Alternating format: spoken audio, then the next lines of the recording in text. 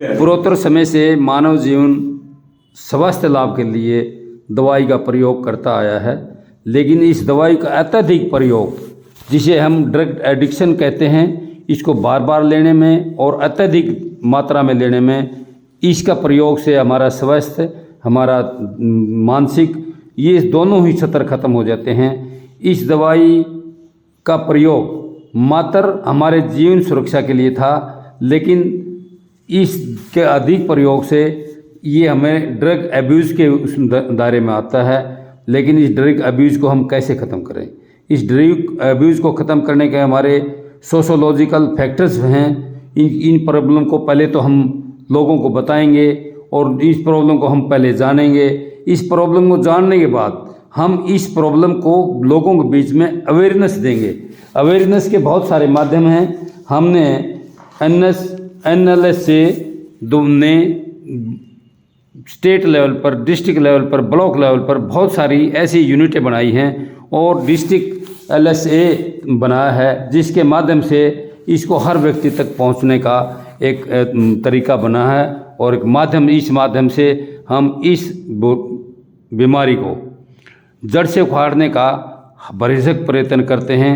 इसका केवल एक सबसे बढ़िया तरीका मानव को अवेयरनेस देना ही है। अवेयरनेस हम स्कूलों में स्पेशल यूनिट तैयार करके, हमें अगर पाठ्यक्रम में भी इसका लागू किया जाए तो हम इस पर काफ़ी अवेयरनेस दे सकते हैं।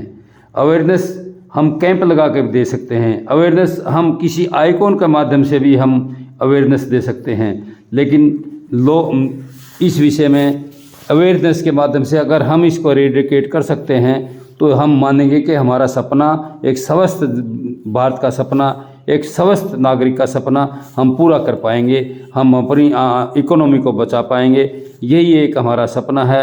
Excessive use of drug cause addiction, ये हमेशा हर आदमी अपने दिमाग में रखे।